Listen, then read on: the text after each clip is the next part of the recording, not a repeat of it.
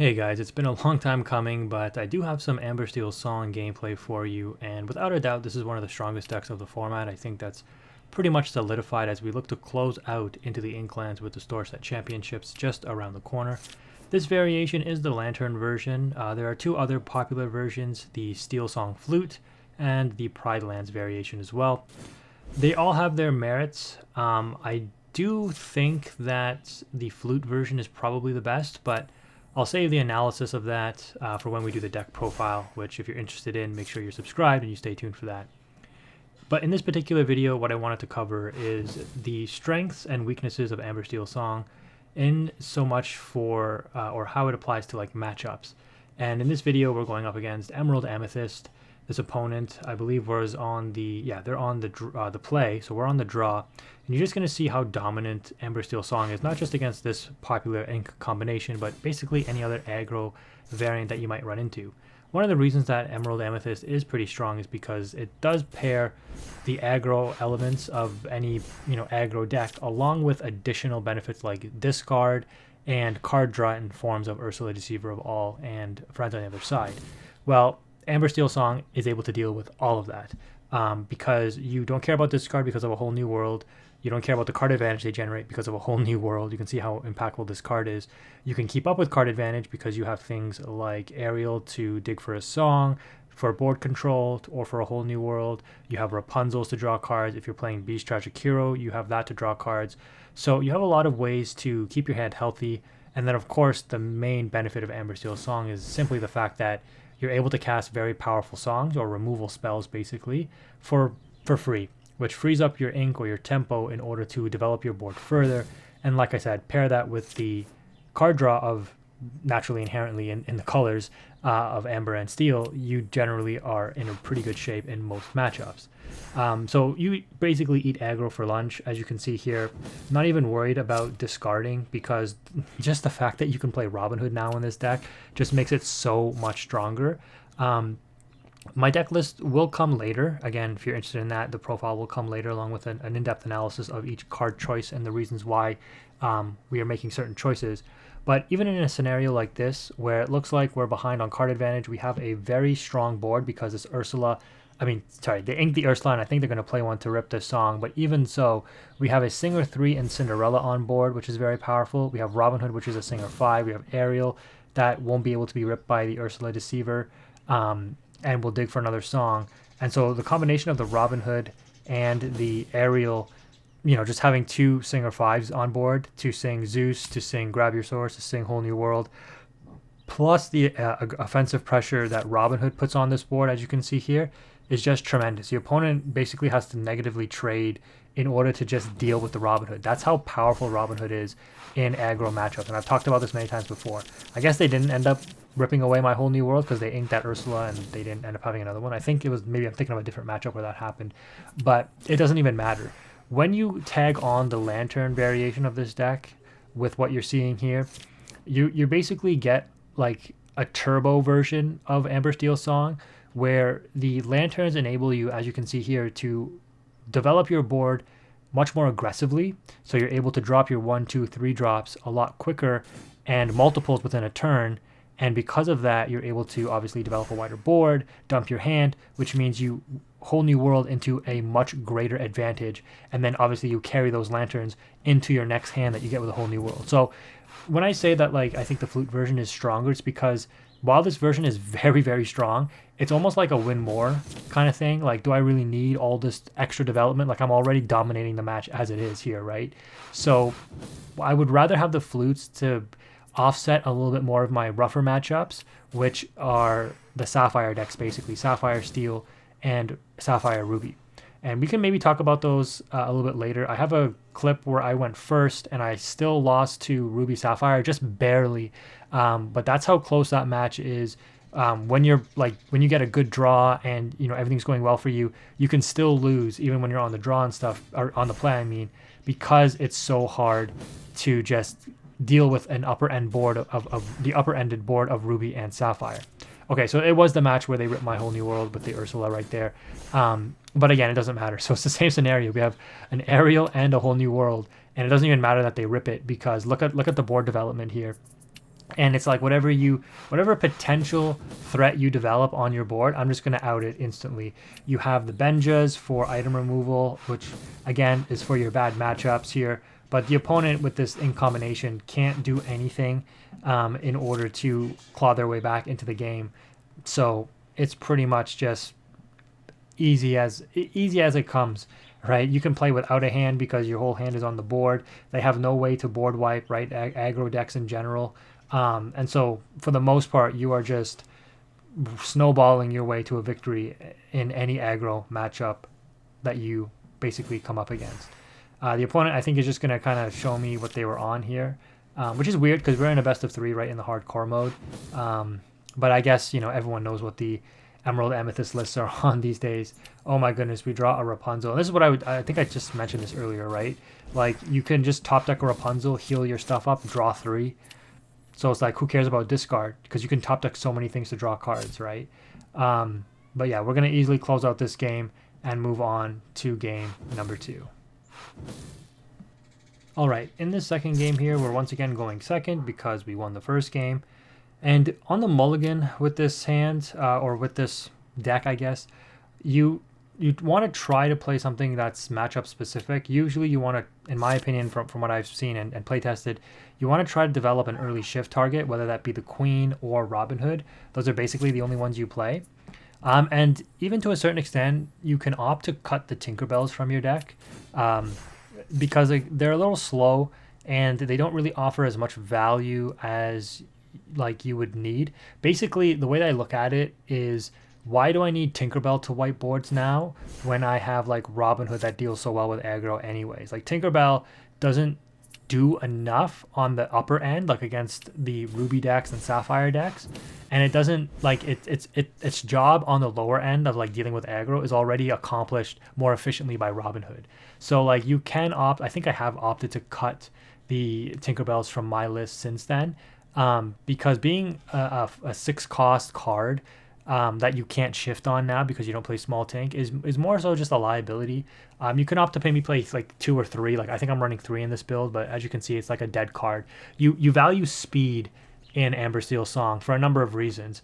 In the aggro matchups, again, the faster you can develop that 5 Singer, the better position you're going to be in to constantly deal with whatever aggro threats people are throwing down. But more importantly, in those bad matchups like the Ruby Sapphire and things along those lines, you definitely want to be switching up your game plan from like a control-oriented kind of game plan to an aggro style where you're the aggressor. And so playing out all these little characters and shifting them early in order to get the extra lore or the extra benefit can be very, very beneficial. I don't know if I'll show it in this video because I think the matches will already get to like over 15 minutes from what I'm going to show you here.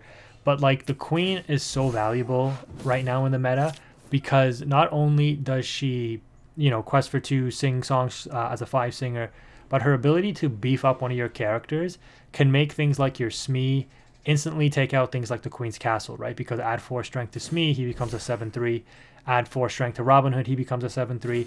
And so you're easily able to not only take out characters by reducing their strength as well, and beefing up one of yours, but you're able to beef up your characters in order to take out locations, which is super helpful.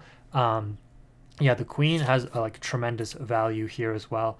And it also helps against other steel matchups. Like, if you go up against another steel Cinderella, being able to reduce their Cinderella and, let's say, beef up any of your characters to above 7 strength, again, will instantly take out the opposing Cinderella on the steel side. Helps deal with Tamatoas and stuff like that. So that's how you can try to deal with top end stuff. The Robin Hood, again, helps you progress your lore in the early game as you try to race in that early game to get as much lore as possible so you can close out the game. And this is why I think the Steel Song variant is much better, because as you can see here, we're on 9 lore. We were on the draw once again, and look at what the opponent has. Look at what we have. Like, the aggro matchup is automatically, like, I shouldn't say automatic, but it's pretty much a lock for you. As long as you know what you're doing and you're kind of keeping track of what your opponent is able to do as well. Like, you don't necessarily need lanterns, I don't think. Like, it's definitely very good, and it can help you out of sticky situations. But again, just being able to have that non-questing source of lore that might be a little bit difficult for your opponent to remove. Like, they have to draw into their Benjas on Sapphire Steel. They have to play and draw into Judy Hopps on Sapphire Ruby. And if they don't, then your flutes are at least a way that even though your characters are getting cleared every turn from like Be Prepared and Madame Medusas and Lady Tremaines and Maleficent Dragons, like at least you can sing a song in Quest for 3 on 3 flutes or something, right? And while you are basically up against it with a lucky dime, you also play Benjas, and as long as you can like out the lucky dime, as long as it's not out racing you or outpacing you in terms of your flutes, you should be fine to race the the Ruby Sapphire decks, because that's really where the matchup hurts. So again, I hold New World because I know in this particular matchup, right, they have no mass removal. The best they can do is develop an Ursula and then sing Mother Knows Best to bounce 2 cards, and that's not going to happen because anytime they develop an Ursula, I'm going to out it with one of many different steel songs. So here, I mean, again, you know, this is where Tinkerbell really shines, but like, do I really need the Tinkerbell in this situation? I just continue to quest. My Robin Hood continues to out their board and gain lore at the same time. Yes, it's nice in this particular situation because obviously this person was on a much more aggro-oriented build of of Amethyst Emerald, but what do you like? The deck can't do anything against this once you get this far, right? And again, look at my hand. I have 2 songs. Even if they Ursula Deceiver one of them away, like it doesn't really matter. Yeah, you're wasting resources to rip cards out of my hand. If you're playing discard, I'm just gonna, you know, grab your swords, your Prince John or whatever away as well. Like there's nothing really they can do that's too threatening. So Amber Steel Song, definitely a strong variant into pretty much everything into the meta except for the Sapphire decks. But again, if you play the flute version, I think it greatly improves that matchup. Let me know in the comment section below what you think as we come to a close of this match, because yeah, as you can see, there's nothing the opponent can do and we're just basically going to out their threats here. We give them the well played and we wrap it up. Let's go ahead and take a look at one of the bad matchups against Ruby Sapphire. So in my opinion, without a doubt, Ruby Sapphire is the hardest matchup for Amber Steel Song. And over the 10K weekend, which was like April 14th or whatever, the 2-time winner of the PAX tournament, Brennan DeCanio, who is probably the best Amber Steel Song player there is, he won 2 of those tournaments with Amber Steel Song, actually lost 2-0 against Ruby Sapphire in the top 16 after placing 3rd overall in Swiss. Obviously, he's a very strong player, but sometimes the matchup is just so bad that it can be really hard to overcome. Not impossible, but against a competent Ruby Sapphire player that gets a decent draw, I don't know if there's really anything you can do to overcome this particular matchup. Maybe set 4 will give Amber and or Steel some tools to better combat this matchup. But I think right now the best thing you have, like I mentioned probably a few times by now, is the flutes. Because sometimes they don't play Judy Hopps, or if they do, they're only playing like 1 copy and they can only really out 1 flute. I know in my Sapphire Ruby build, I play like 3 Judy Hopps simply because I know how threatening flutes can be, and other items as well. But, you know, that is like one of your ways to win the game once you get to that late game where you can't get your characters to stick because they're constantly getting removed. Even in a scenario like this where I have an incredibly positive start, I've got triple Lantern and Robin Hood with an early sung Whole New World where I've only discarded like I think 1 card. My opponent discarded a full grip. They are on 5 ink though, so they've been able to ramp, and I haven't really developed any lore yet. You could argue that putting this queen down instead of like an aerial might have been a mistake. Probably was. I think I was mainly just fearful of something like this where I just wanted another quester on board in case my Robin Hood got outed, because again, the odds that they have Tremaine and or Madame Medusa is pretty high. But now I'm running the risk of getting Be Prepared, so I guess, you know, running out an aerial here to dig for a song is half decent.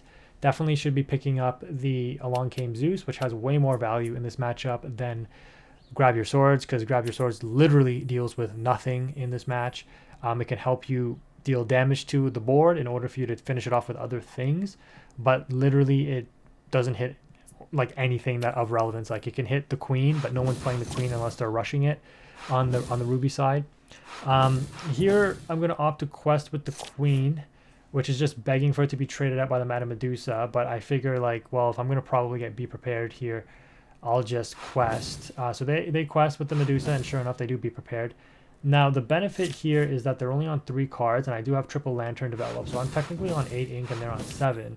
So I redevelop a queen, and having these multiple queens in hand just feels bad because I can't play the second one. Not that I maybe would have. I would have liked another low drop because I do fear the Lady Tremaine. So they actually drop a Grammatala, which indicates to me that they're also digging for some significant answers. And there's the Judy Hopps, which isn't necessarily the worst on a lantern because it draws me a card. But you can see how much extra value I would be getting here if I had flutes instead. I would be progressing my lore way faster and just, you know, gaining much more benefit. Thankfully, the Bare Necessities is able to rip the second Be Prepared out of their hand. And I'm like, okay, this might actually be winnable. I probably don't Whole New World unless they start developing a significant draw engine. And it feels really, really bad to have to Zeus this Grandma. But if I don't, the Grandma takes out my Queen. And I'm basically stuck here, right? If I don't quest with Queen, I just pass back to them. They're going to further develop the Maleficent Dragon. Oh, so I am going to take the trade on the Queen here. Yeah, because I guess, you know, they have Maleficent Dragon, so they're going to drop it on the Queen or just crash the Grammatala into it. There's not really too much for me to do. I could have sung a Whole New World, but you don't want to give them a full 7 grip. They draw into an uninkable Madame Medusa, so they drop that instead of the Monstrous Dragon there. And we draw into another Whole New World, and this is where Amber Steel Song can feel so awkward because now I'm basically in a position where, yeah, I have these 2 Whole New Worlds in my hand, and I know the opponent has a Maleficent Dragon because I saw it with the Bare Necessities, and not Whole New Worlding here is probably a mistake. Like, I have to do it because what else am I going to do? So we know that they're holding on to that Maleficent Dragon. They're catching up on the lore count. We opt to ink, and oh, okay, and we just pass. That's interesting. They drop the Hiram. They know. They must know we're on a Whole New World here. I'm going to opt to drop the Queen and wheel away their Maleficent Dragon, drawing into a fresh 7, and just hoping that they don't have more Be Prepareds, because that's basically what this match boils down to. So again, you can argue that I made a couple of mistakes here. Let me know in the comment section below what you would have done differently at what point. I'm very interested in hearing that. But you have to play so careful with this build. Oh, we got rid of, you know, 2 Be Prepared, right? Okay. You don't want to overextend into a Be Prepared. You know, losing that second Whole New World in my hand because I had to discard it, so I already lost 3 Whole New Worlds, does put me at risk of not having enough card draw now. And this deck in the top end, yeah, the Tamatoa, get back the Popsicle, quest with the Hiram, draw with the Popsicle. They're going to draw into all the answers that they need. There's no way around it. I have to be able to deal with this Hiram, which I can't necessarily do right now. And even if I do, they probably have another one because we've kind of cut down their deck to almost nothing left in the deck, to be honest. And, you know, they haven't really played any Hirams to date. So we're going to go ahead and drop this Tinkerbell, and we just have to try to continue the quest here. Oh, okay, yeah, the Queen is a nice way to deal with that with the Tinkerbell. So like I said earlier, the Queen can definitely help you in these certain scenarios out big threats like that. And the Hiram is a big threat because it's drawing them a bunch of cards. We overextend with the Robin Hood, thinking that we're going to bait out the Be Prepared. The bad thing here is that they can sing Be Prepared with Tamatoa and then have all 10 of their ink to redevelop a very large board. But given that most of their high-end stuff is all removal, they could also just opt to like drop Maleficent Dragon and just continue to control the board from there.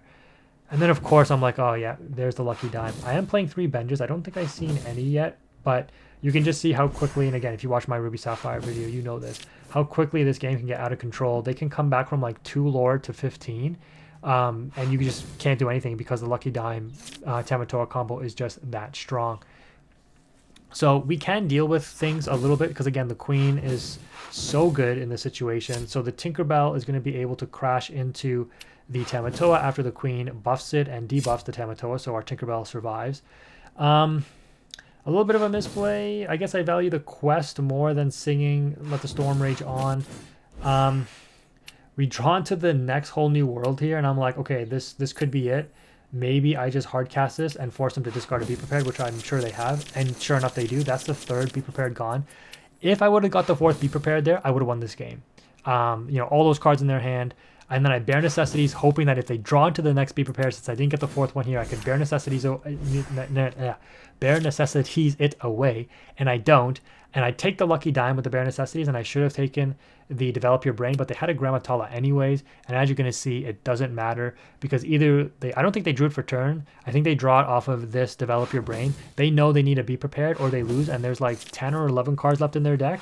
They draw into it, I'm pretty sure, off of that Bare Necessities. But again, they had a Grammatala to continue to dig anyways. So it's really unfortunate. Now, I'm not necessarily out of the game because unless they have another Tamatoa that they can drop in Lucky Dime, which I don't think they had in their hand, I can still technically survive. So I go wide once again because I know they have a Tremaine at least in hand, I believe. And I'm like, I have 7 lore on board. They have to Tremaine here. Maybe there's a world where I can survive. So again, you can see where flutes could come in handy to close out the game. But they draw into a bell. I'm pretty sure they didn't have that when I Bare Necessities, and that just wins them the game on the spot. So hopefully you enjoyed this video if you made it this far. There's a lot to go over here, but I hope you can see the contrast between where flutes would have come in handy versus the lanterns, and how you already have such dominant control of the aggro matchups that you may not necessarily need lanterns in order to just gain even more advantage in that particular matchup. Anyways, again, if you're interested in the deck profile, make sure you stay tuned for that and you're subscribed. If you made it this far, like I said, thank you for watching. Quantum is out.